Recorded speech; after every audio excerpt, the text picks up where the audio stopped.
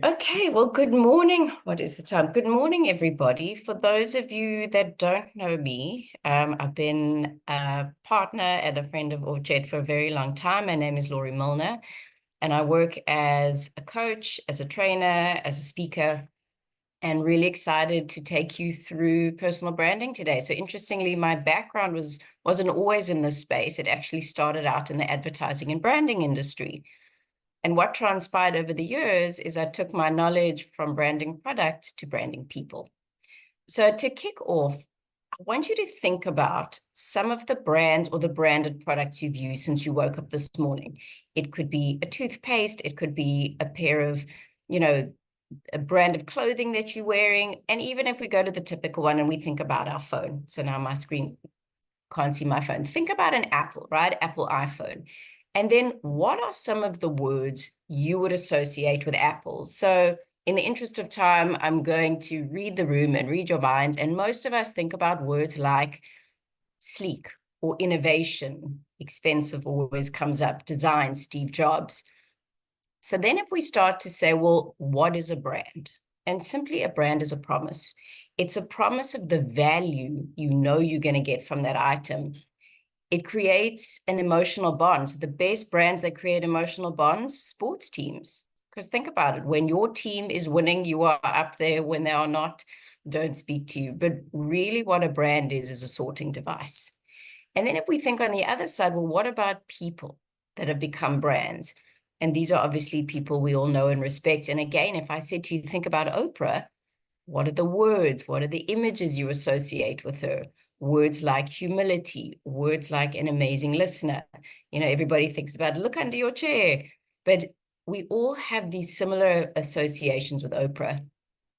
And Jeff Bezos said it best. And he said, a brand for a product is like a reputation for a person.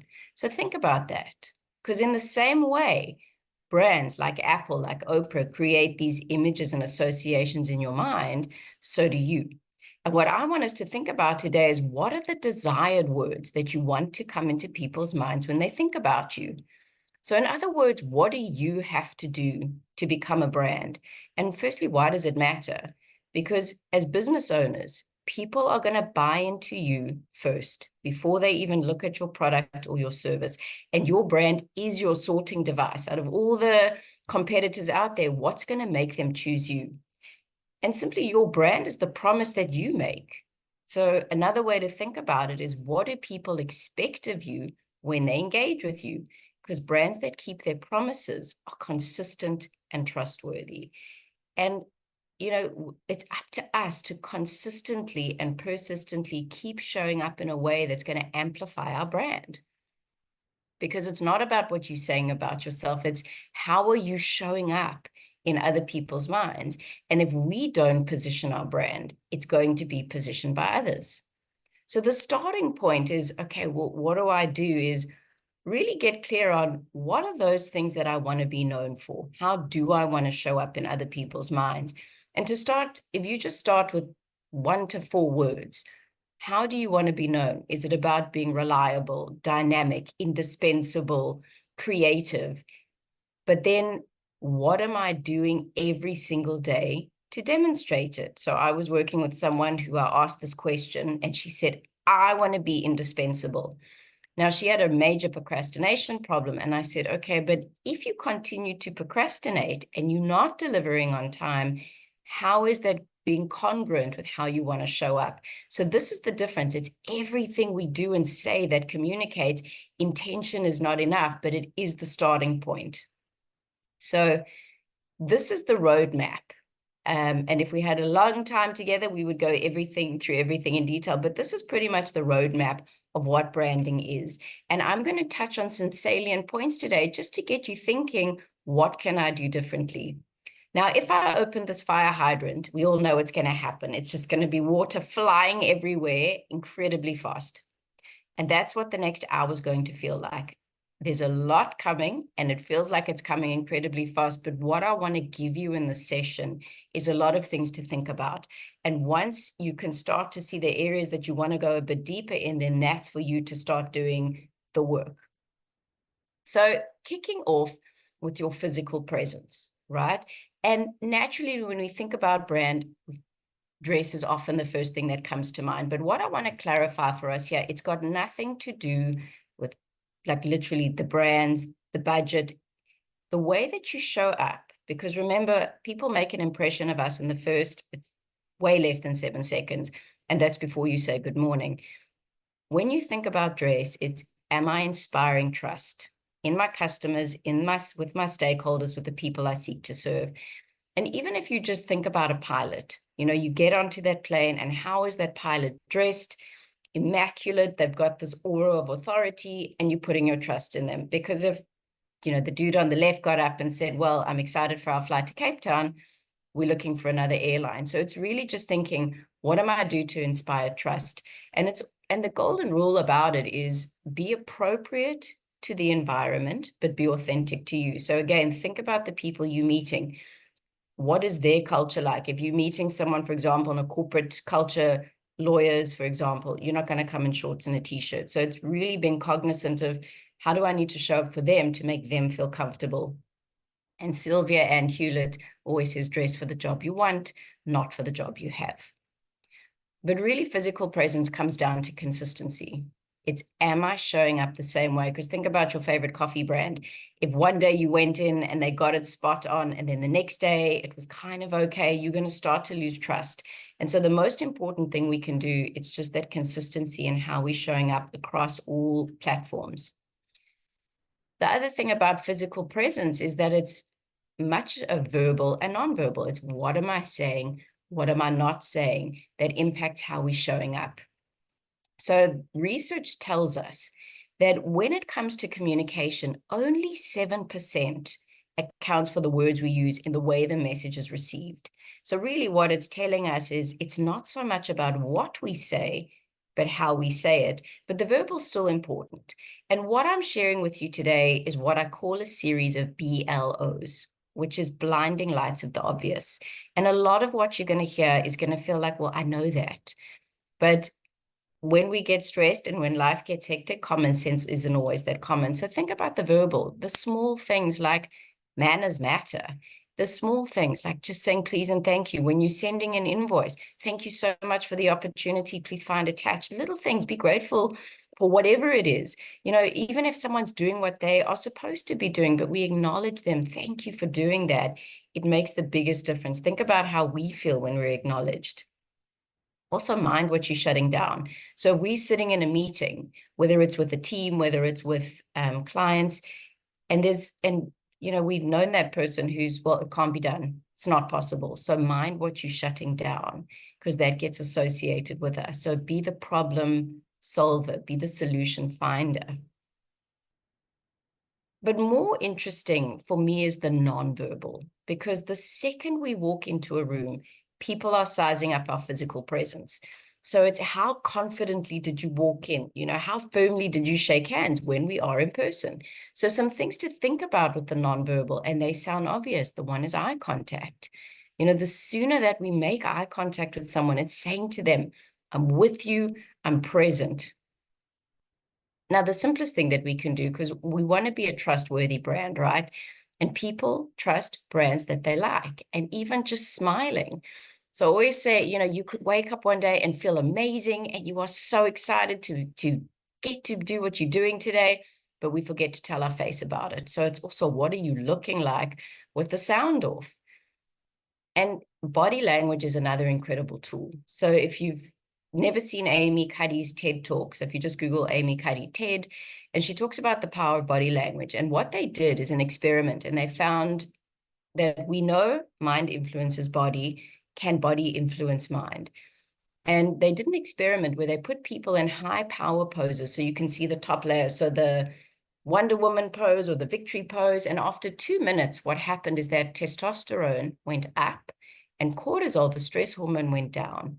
So you can start to influence the way you feel based on your body language. And I'm not saying go walk around standing in the Wonder Woman pose, but you can affect your physiology based on the way that you're standing. You build trust based on the way you're sitting. Because not only is it communicating to other people, but we communicate to ourselves.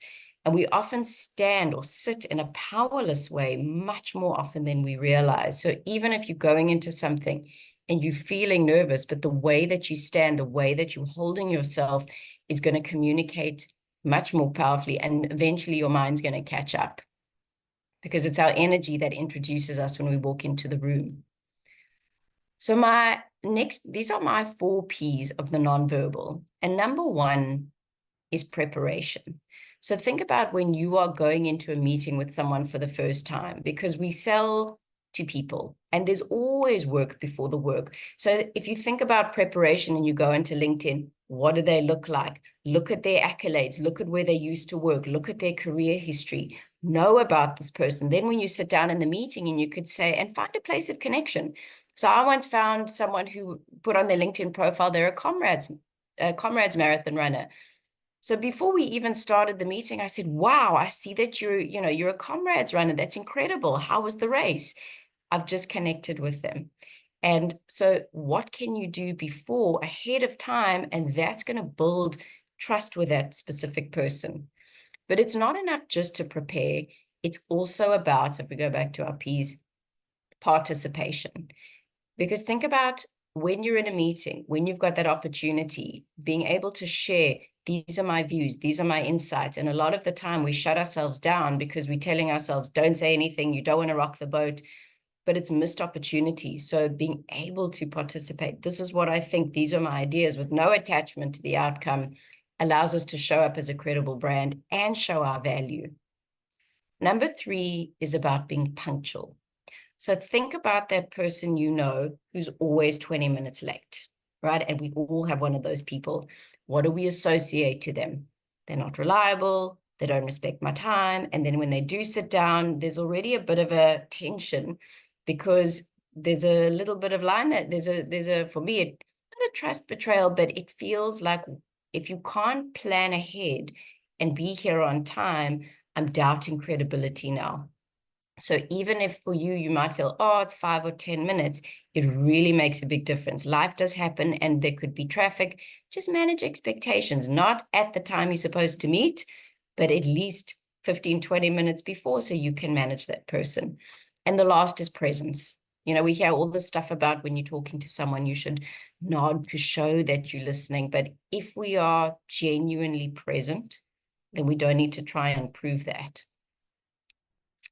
And as I said, it's about consistency all the time, consistency between what your nonverbal and what your verbal is saying. And guys, remember, this is about the work. We show up based on the work that we do. If you imagine when you are delivering something to a client, whether it's a document, whether it's a piece of work, it's got this giant brand you stamp on it. And it's not that everything has to be perfect, but a sense of pride, a sense of, this has got my name on it. Am I happy to stand by this?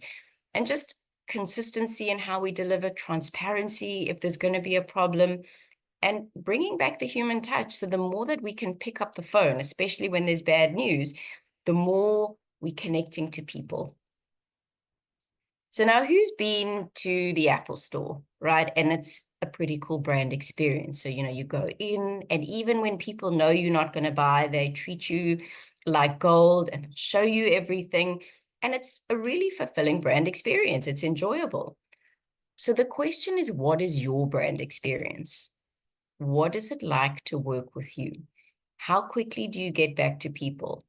How quickly do you return calls or emails or get things done? So it's really just thinking from the moment they engage with me to when there's delivery, what's that experience like? Do I need to change anything? And it's about, what is it that I want to be famous for? What do I want to be known for? And what am I doing to make sure that I'm demonstrating at building those skills so that I can be best in class at that? As Seth Godin says, we are either remarkable and visible, make a choice.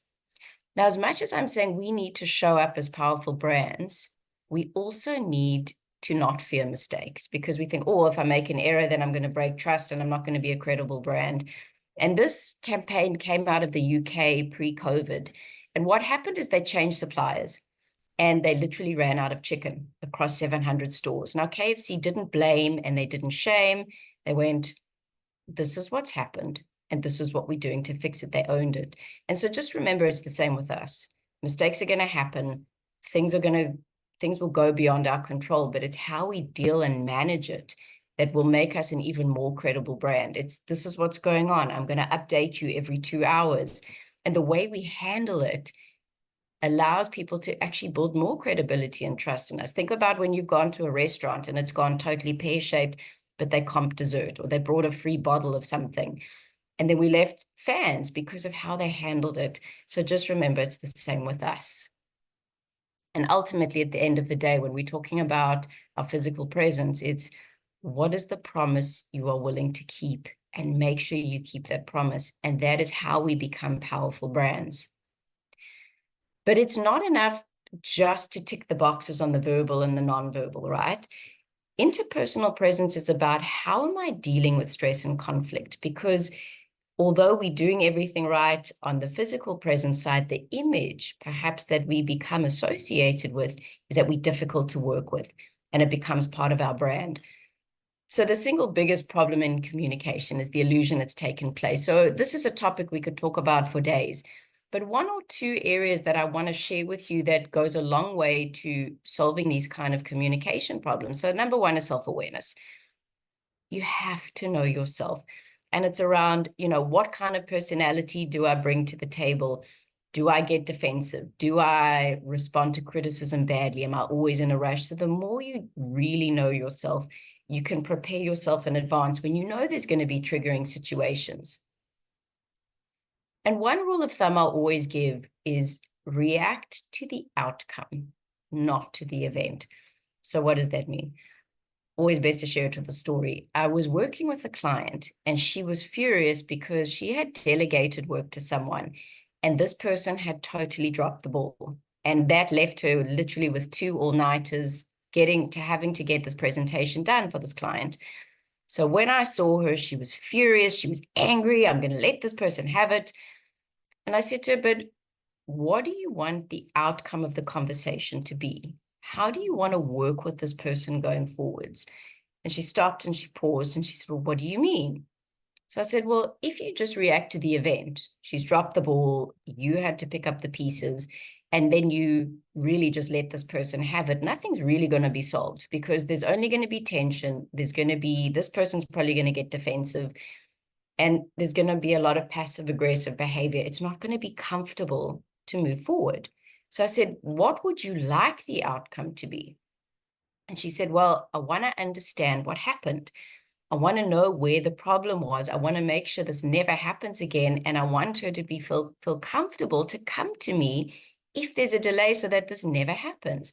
So I said, well, that's a very different kind of a conversation. So again, firstly, don't have the conversation until you can speak to the facts, not have anger, not get emotion, not blame. You did this, and we attribute negative intent. So first we need to be calm and then think about the outcome and direct the conversation that way. But if you really want to show up as a powerful brand, then I inserted this question and I said to my client, I'm going to ask you something and you're not going to like me.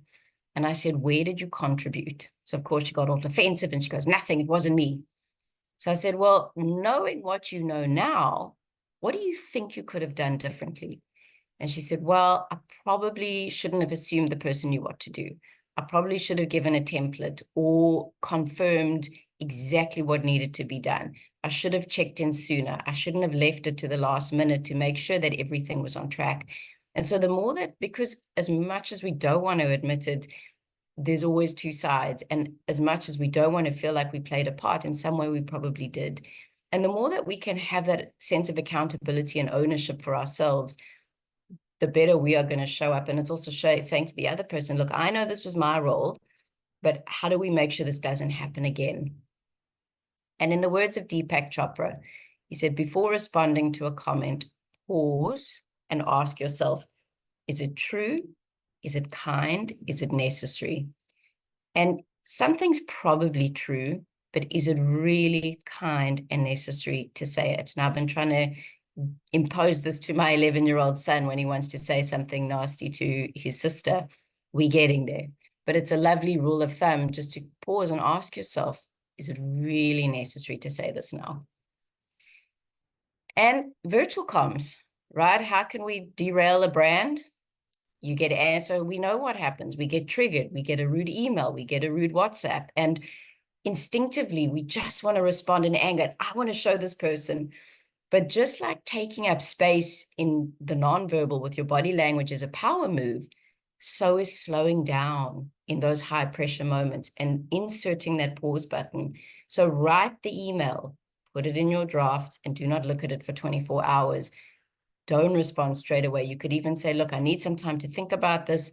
Let me come back to you. Because as soon as we react, I mean, those are some of our worst moments, is when we got triggered, we said what we felt like at the time, but in hindsight, we know we should never have done it, is really just to insert that pause. And is delivering this consistent with my desired reputation? Now, something else when it comes to interpersonal, and this is something that I bring up all the time, is to ask the question, who feels uncomfortable to say no? And the truth is, we all found it hard to say no. Number one, we all want to be liked. We all want to be amazing brands. We don't want to let people down. We're scared of what's going to happen. We don't want to lose the business or whatever it is. So the starting point is to say, well, how do we separate the decision from the relationship? Because often we think, well, if someone is asking something of me, if I deny the request, I'm denying the person, but it's not the same thing. So we've got to first make the decision and then find the courage and the way we say it to communicate it. And we think we've got a time management problem, but we've got a people-pleasing problem. And this can really start to affect us, because if someone says, can you do something for me? Our gut response is to go, absolutely, no problem. I'll get it done for you tomorrow, knowing your plate is full. And that's only going to add more stress. But what we tend to do is then we compromise quality for quantity. And we know we're only as good as that last piece of work we did. So what's an antidote is to firstly reply with a buffer. Let me check my calendar and I'll come back to you. Whether you've been invited to an event, whether a client's asked you for something, whether somebody else has asked for something, let me check my calendar and I'll come back to you. And then look at your calendar and be realistic if you can or can't, and then manage expectations. So we assume everything's urgent. We assume everything needs to happen tomorrow. But if you said to them, look, my diary is absolutely jammed until Thursday morning, it's Thursday afternoon, is Friday going to work for you? And you'll find 9 times out of 10, they'll say yes. And if it really is an emergency, we've got to show up and we've got to do it, but let that be the exception. So some things to think about: ask for the actual deadline. When is this due? Don't overwhelm yourself with too much, because we are the ones accountable at the end of the day. And if it's something, so often, if I'm in say a corporate setting, and someone says to me, yes, but what do I do when my boss or my manager comes to me and they ask for something? The way to respond to that is to say, look, currently I'm working on X, Y, and Z. If I take this on, one of these needs to lose my focus. What's the priority for you? And you put the ball back in their court. So you're not saying no, because there can be times where you just can't say no like that. But this is what I'm working on. You tell me where I should focus. And that's a better way of navigating that situation. And then think about your downtime as well, guys. Your weekends, after hours. If you're saying yes to things out of guilt or fear, it should probably be a polite no, because this is where we need to recharge. So if you're overloading yourself with stuff the whole weekend, when are you resting? When are you recovering? So the key to developing your no muscle is to actually develop the yes muscle. And that starts by saying yes to the things that matter to you. Don't worry, you will get the slides. So if I skip through, don't worry about it. So it's also just understanding, when we're talking about self-awareness, know yourself. How do I tend to react under stress? What do I need from other people under stress? Do I need to remove myself? So the more that you can manage yourself so that there aren't these, by mistake, you bite someone's head off because they innocently came to ask you something, the more that you can show up, even in your toughest times, at least manage yourself. For me, what's incredibly important when it comes to personal branding is how are we showing up intrapersonally to ourselves? And this is managing our mindset, because confidence starts in the mind, and it starts with the thoughts we tell ourselves. And what we communicate has a huge impact on how we are perceived, how we're showing up. And the research tells us that we have between 12 and 60,000 thoughts a day, most of which are negative. So it's battling shame and guilt and then a critic and you're not good enough. But if you think about the thoughts, most of the thoughts you're having today are actually recycled from yesterday. And we just sit and repeat these same thoughts, not checking in. And if you think about our phones, they're way more advanced because our phones, when there's got to be an upgrade, you get that message that says midnight tonight, all the bugs are gone. It's for us, it's a manual process. We have to stop and check in and go, these beliefs, these thoughts, are they serving me? Because they run the operating system of the story we tell ourselves. So think about now, what is the story you are telling yourself? Is it, I'm too old, I'm too young, should have done it in my 20s, I'm bad with numbers, I'm bad with people, I'm bad with public speaking? Because if we fight for those limitations, we get to keep them. So it's asking yourself now, for me to show up in the way that I want, what is a more empowering story? How do I change that narrative? And maybe you had 1 or 2 bad chapters, but that doesn't dictate how the rest of it goes. Close, that's volume 1, and we start to rewrite volume 2, because we become what we think about. So what are those thoughts? Now, a lot of how we show up as a brand is based on where we put our focus, because what we focus on, we feel. Now think about when there's times of challenge, when there's times of stress, where do we tend to put our focus? On everything we can't control. And what happens to us when we start to focus on the things we can't control? We get anxious. And anxiety is an emotion. It's not a character defect. And anxiety affects really successful, high-functioning people because we want to control our world. But if you imagine that you've got this internal flashlight, and when anxiety shows up, it's coming up for one of 2 reasons. I'm either too future focused, so I'm trying to control and predict and live in the future, or I'm trying to control my external circumstances. And so what we want to do is an anxiety audit. So, okay, in this situation, what do I know? What don't I know? So who can I reach out to? Use this amazing community, use art. What resources are available? There are some things you can influence. It can be planning, it can be having, thinking ahead for a conversation, but really it comes down to the things we cannot control, we have to let go of. And what we tend to do is we imagine the worst case scenario, we bring it back into the present and we start living it. So if you've got to have a conversation with someone next week, you anticipate it's going to go so badly and I'm going to lose the business or whatever. And you sit and you live that for a full week. And we know we always suffer more in imagination. It never goes as bad as we think, and it often always works out much better. But if we can just start to focus. So when there's times where we can't control, okay, what can I control? And we're going to start to look at that just now. So the way we change focus is with a better set of questions. So if we want to change the story, don't say, why does this happen to me? But okay, what can I be grateful for? What can I learn from this? What is this here to teach me? How is this happening for me? And as soon as we can change focus with questions, we're going to get a better answer. Now, another element when we think about storytelling, the words we're telling ourselves, is we've got habitual language patterns, habitual words that we use all the time. And it's the word we attach to our experience that becomes our experience. So think about when someone asks you, how are you? Is your default, oh, I'm so stressed, I'm so anxious, I'm exhausted, I'm burning out? What are these words?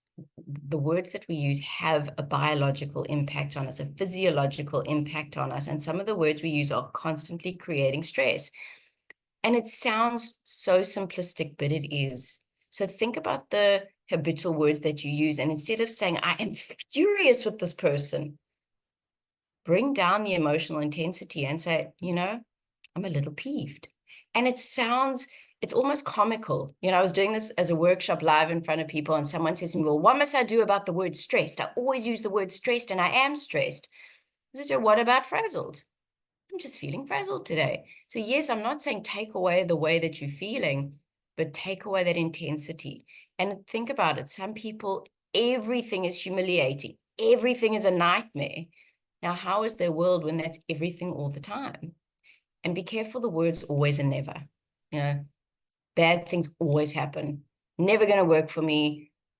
There's some people that have got to believe, well, if something good happens, something bad's on the way. So just don't bring past and don't bring past into present and future. Now, Stephen Covey, in his book, The Speed of Trust, speaks about what he calls the trust tax, and saying that when there's low trust, there's low energy and there's low joy. And I think about this from our point of view, because to be a powerful brand begins with self-trust. It begins with that certainty in self. So what are some of the things we can do to increase? So we're getting trust dividends, not trust tax. So number one, and I'm alluding to what I was saying before, it's the way we speak to ourselves. Because if you walk in, you could walk into any meeting standing amazingly, you know, you've got this killer outfit on, but the internal dialogue is going, you don't deserve to be here. Everyone's going to figure out you're an imposter. It's going to come through. So that self-talk is critical. And that's also, for me, the system for self-care, the system for self-trust is self-care. And it's not just about self-care, the things we should be doing, but this is how we build energy. It's how we bring in joy, because the only way that we are going to show up as a powerful brand, you need energy to do that. It's energy, yes, physically, but it's also, it's, you know, when someone walks in and you can feel the energy of that person. And so what are we doing to build that for ourselves? And often what we do is when times are stressful, it's the first thing that we drop, right? I've got to focus on the business, got to focus on this, but no, we've got it backwards. We've got to focus on ourselves to build that. So we know the things we should be doing, right? So we're not going to get into that. But the gap is, it's not enough even to schedule yourself into the calendar, because how many times have we scheduled ourselves in for appointments, or I'm going to do the run, and then something more important comes up and we bump ourselves off. So if we want to start to master self-trust, it begins with mastering showing up to ourselves. And really simply, that's make a decision on something you want to do, and then don't question it. So if, you know, we always start on a Monday. So if on Sunday night you decide tomorrow I'm going to walk, or I'm going to journal, or I'm going to start reading, all it is keep the promise you make to yourself. Create what I call the micro win. So whether that looks like 5 squats or 2 mindful breaths, or I read 1 page or 1 paragraph, I journaled a sentence, what that does is it starts to create progress. And when we keep those promises to ourselves, that's when our confidence gets created. That's when we're building that resilience muscle in the background. It's showing to yourself, I am the kind of person who can keep these promises.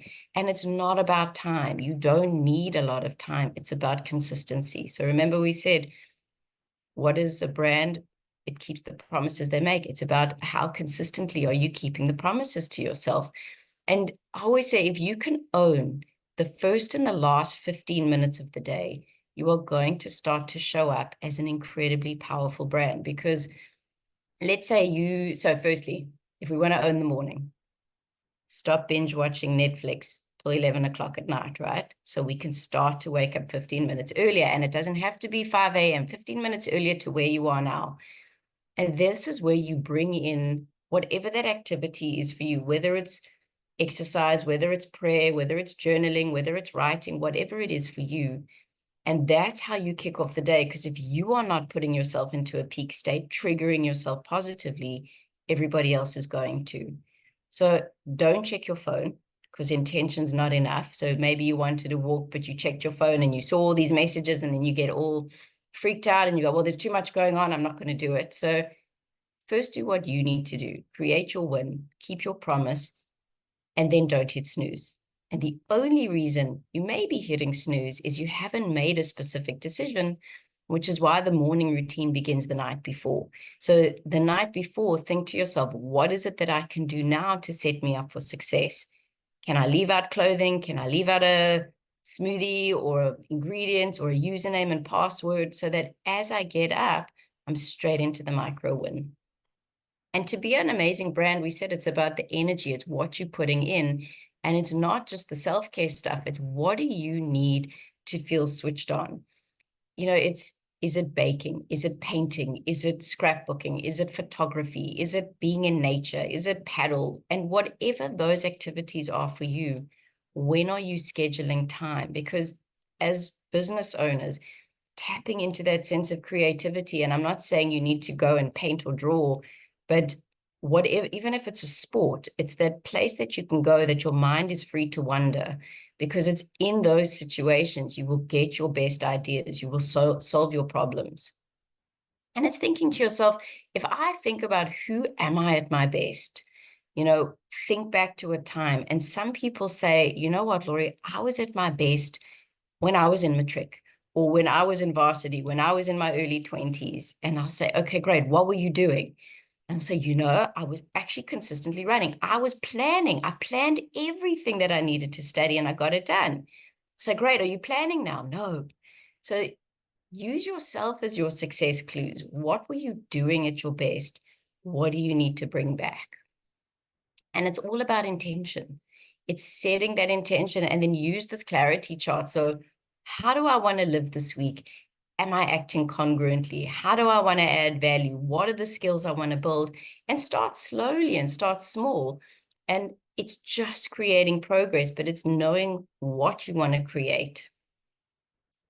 And how else do we build trust in ourselves? With evidence. It's acknowledging our wins. So if you just think about where you are now, wherever you are in your business, if you're in a business, if you're working in a company, what have you achieved that's brought you to this point? And really savor and acknowledge it. Because what we tend to do is we achieve a goal and we go, yeah, well, next one. But unless we internalizing it as part of who we are, we're always trying to prove ourselves. And that's why we land up feeling with imposter syndrome, because we haven't internalized the successes and where we are now. So virtual presence, I'm going to touch on. In fact, I'm going to fly through, because I want to talk about how we're building relationships, but just some things to think about. Really basics of virtual is, you'll go through this in the slides. When we send emails, did we get the basics right? Are we thinking about spelling, and did we spell the person's name right? Have we used Grammarly or a similar spell check? These are very funny from Seth Godin. Think about WhatsApp. When we're communicating, there's got to be a sense of professionalism. What does your profile photo look like? Is that congruent? Not just you, with a bottle of tequila and your buddies on the weekend. It's got to align. Everything's got to align, from how I am in person to how I am showing up on the socials, my WhatsApp, etc. So also just think about meetings. How are we showing up? Are we prepared? Do we have an agenda? Are we clear? It's an opportunity to participate. What are the skills that I want to demonstrate? So it's not just another meeting, but every touch point is an opportunity to really start to build trust and show up as powerful brands. So, and then one thing is on LinkedIn. Everybody should be on LinkedIn, and it's a wonderful opportunity to connect, to position yourself as thought leaders. Even if you're not comfortable to write, but be part of conversations, join forums for people in your industry. It's such an amazing tool. And if you're not on it, I really encourage you to just show up, do a basic profile, and just start exploring, connecting with people. Come and connect with me. But it's a missed opportunity if you're not using it. And the last piece that I want to touch on today is, it's about, so social presence is, what am I doing as a brand to not only create relationships, but nurture relationships? Because that is the essence of branding. It's how are we showing up in other people's minds? And when we think about networking, it's not going, to those awful events where we collect business cards and do nothing with them. Networking, building relationships, is about connection, conversation, and collaboration, because conversations are the currency of change.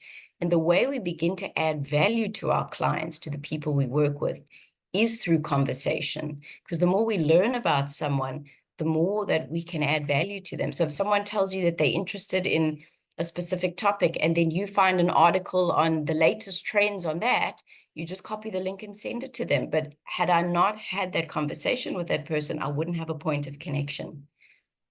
So what stops us having conversations is, often we get socially awkward and we think, well, I don't know what to say.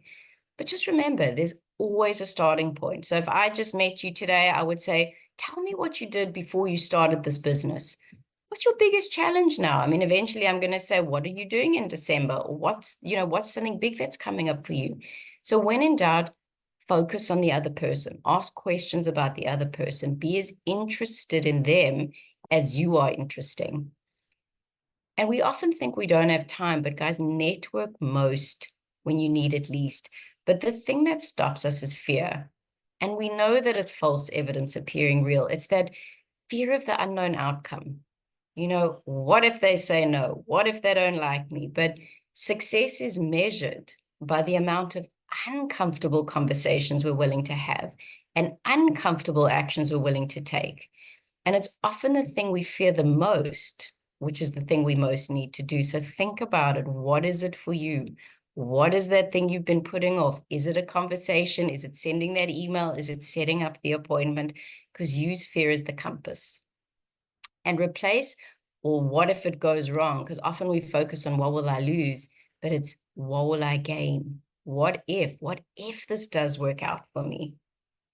And we focus on the cost of action. What happens if I take action, but what happens if you don't?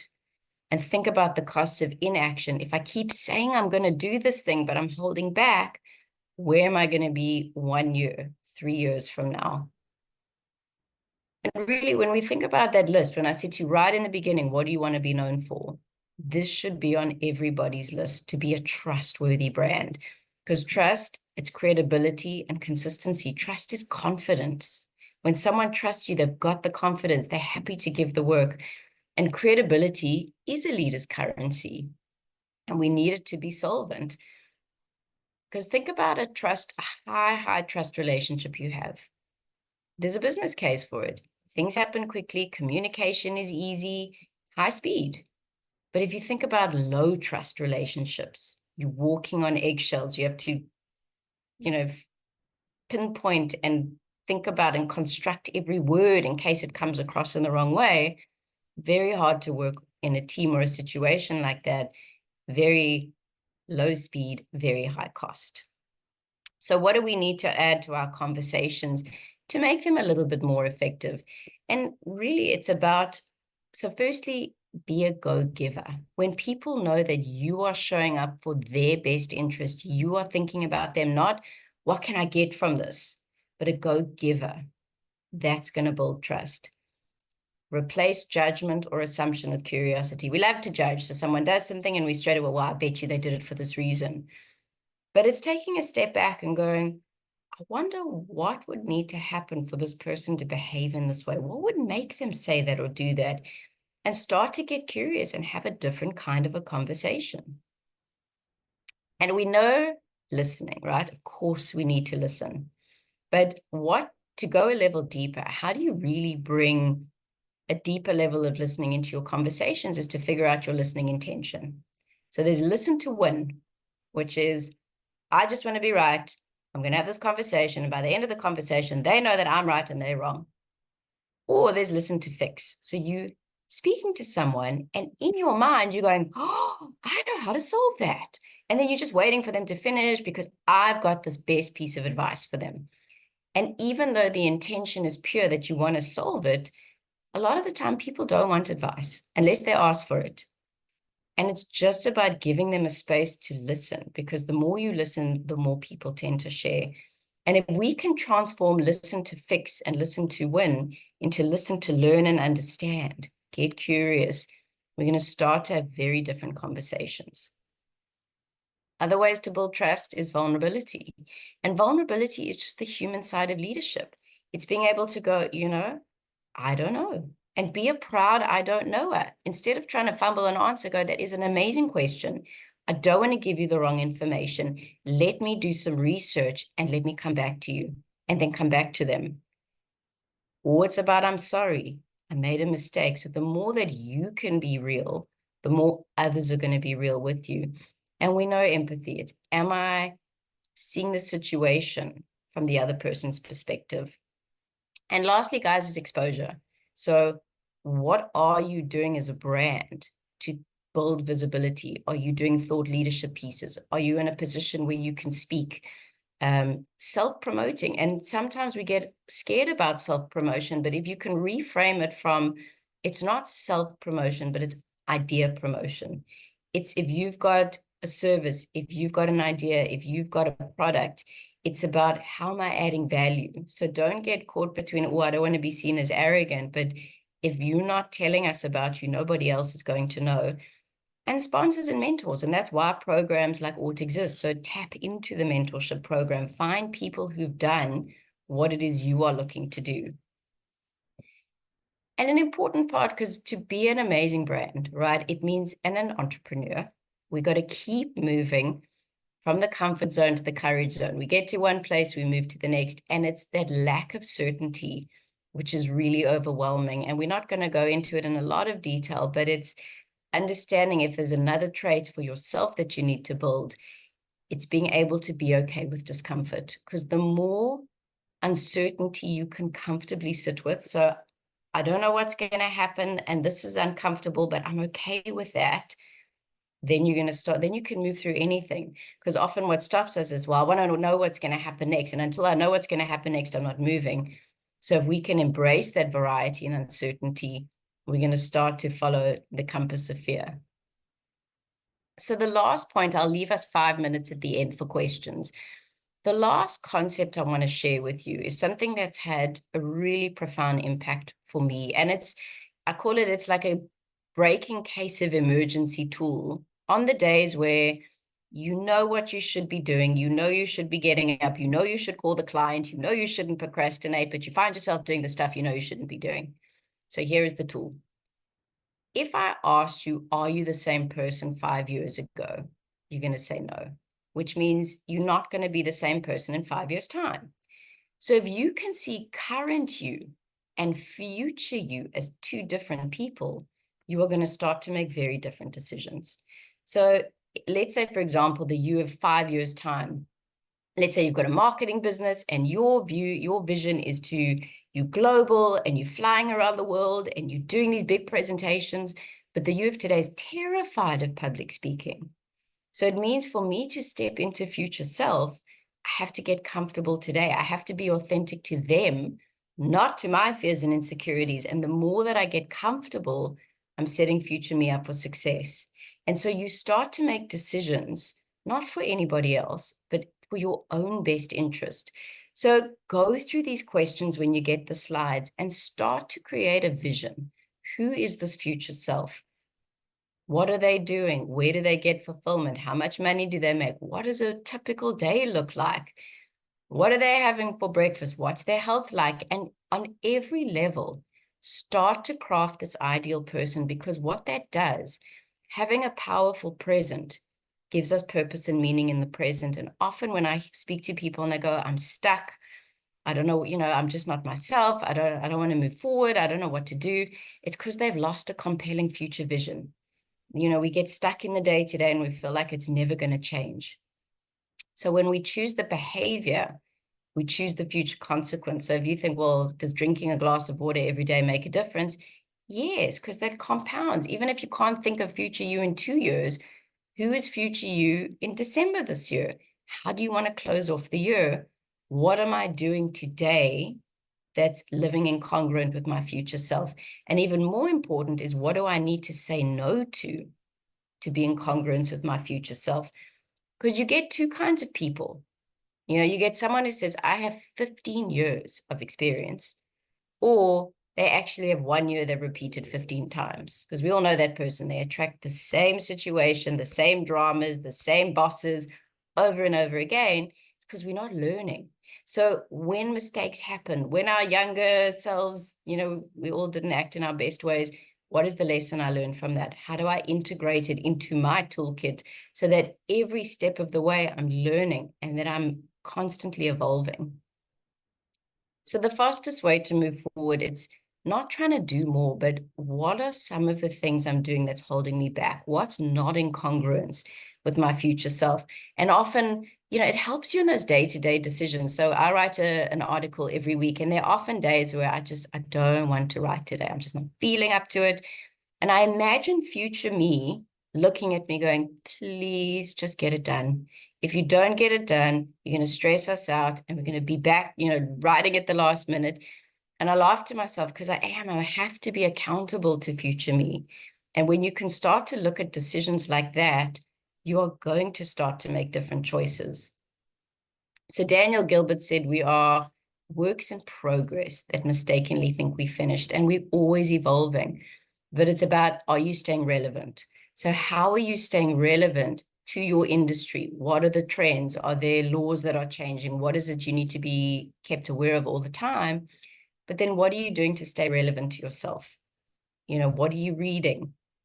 Who are you spending your time with? What knowledge are you acquiring? What are you doing to inspire you? So Austin Kleon, for me, sums up the essence of personal branding. And he said, build a good name, keep your name clean. Don't make compromises. Don't worry about making a bunch of money or being successful. He said, be concerned with doing good work, because if you can build a good name, eventually that will be its own currency. So tomorrow, when you wake up and you go, I'm not sure what to do today, rather than say, what do I want to do today? It's what does future me want me to do today? And to finally close off, in the words of the grandfather of personal branding, Tom Peters said, it's this simple.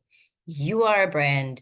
You are in charge of your brand. There is no single path to success, and there's no right way to create the brand called you. Accept this. Start today, or else.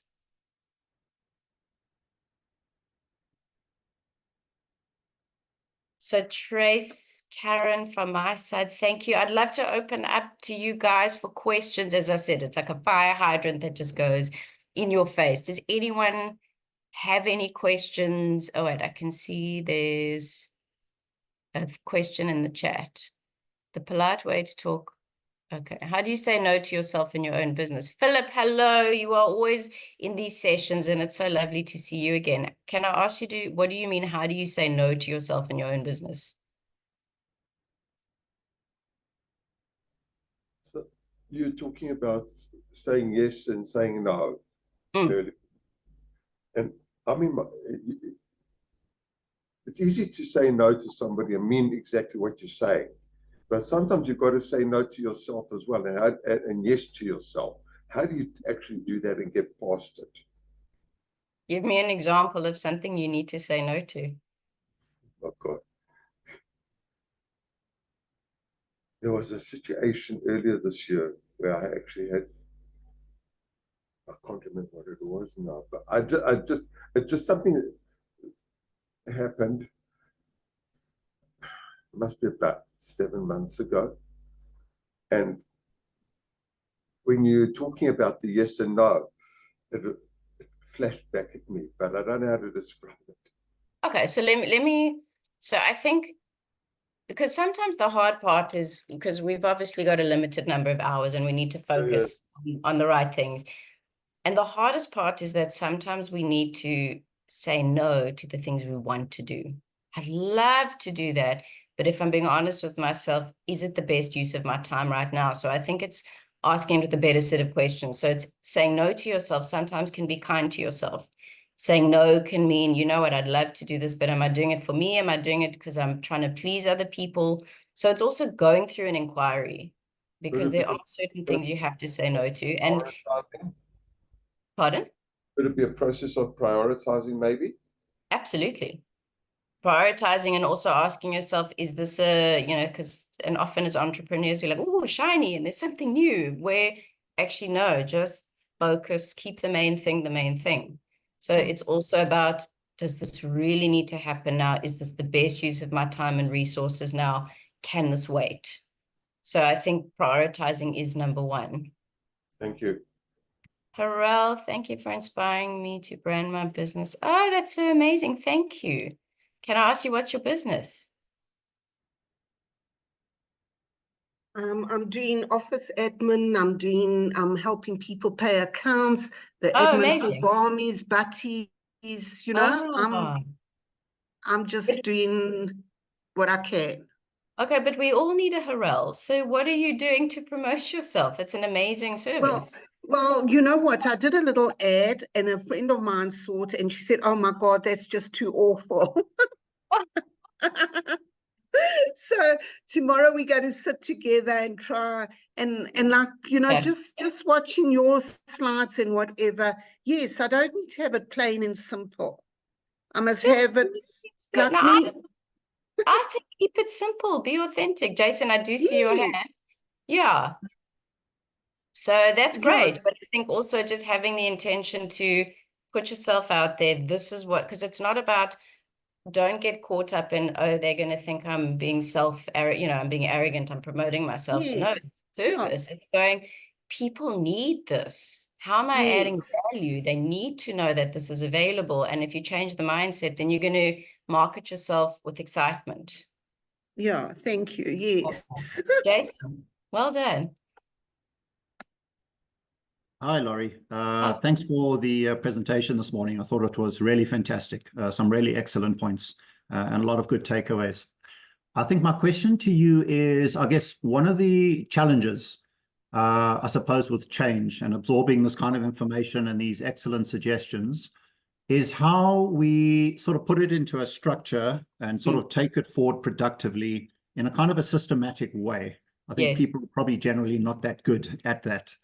Is there a particular, I don't know, like framework or structuring you could suggest in terms of how do we define our sort of desired future state? How do we mock up our plan in terms of what we think we need to do to get there? And how do we kind of make that visible to ourselves on a daily basis so that we have that continuous reinforcement in terms of this is kind of who I need to be today. This is what I need to do that. Is there any sort of approach, or is it kind of like, well, kind of just build it for yourself and make sure you can follow it?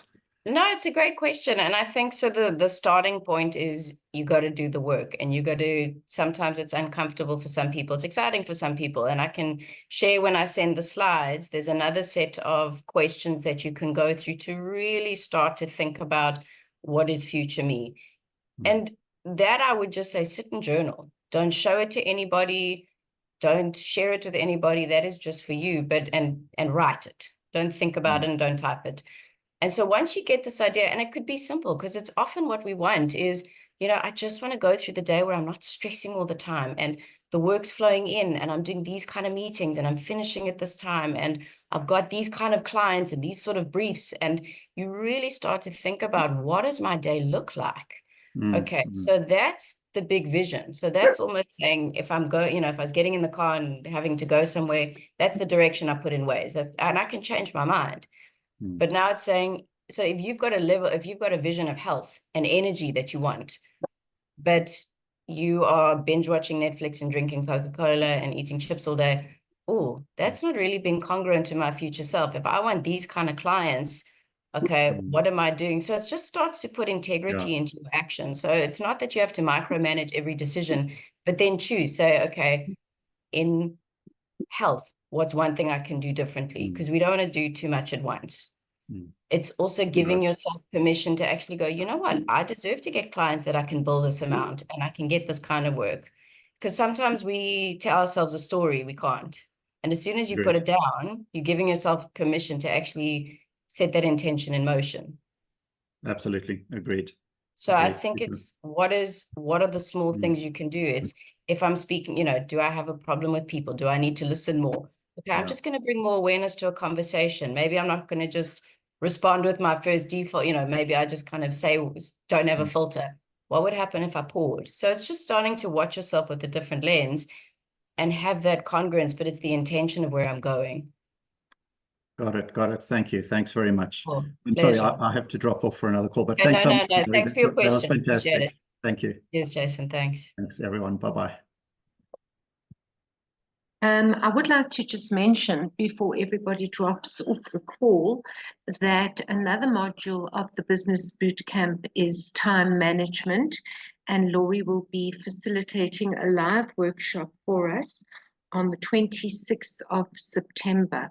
We will be sending out communication. Please, if you would like to join Lori in person, please book for that, because I think the time management falls very nicely into the whole module that Lori has covered today. So that's it from my side. And Lori, I'd like to thank you so much for your time this morning. I feel like every time you do a personal branding workshop, there are so many new nuggets that you share with every single person who has the privilege of really watching you in in your forums. I will be sending out a summary of today's workshop, and Lori will share the slide deck with me. Thank you so much. I know you're away. I know you're traveling, and get back safely later today. Thank you so much for your time and for really everything that you do to support the 𝐏𝐿𝐴𝐺 network. We really appreciate it. Thank you, Trace. I just wanted to say thank you to everybody who showed up, because that's really showing up for yourself, and for being here and participating. It's always a privilege and an honor. So thank you. Thank you. And before we close today, we are going to put up a feedback poll. As I ask always, please take a moment to complete it. And if there are any modules that you would like us to look at to include in our training, please ensure to just message me directly. You all receive my emails, so you can reply to those, and we will certainly consider it. We hope that you all have a good rest of the day today. And tomorrow's boot camp at 1 p.m. is on security for your business. So have you been hacked? Whether it be your website, your social media, how to avoid being hacked, and simple security measures that you can put into place. That is tomorrow at 1 p.m. Thank you so much, everyone. Thanks, Trace. Bye. Thanks, everybody.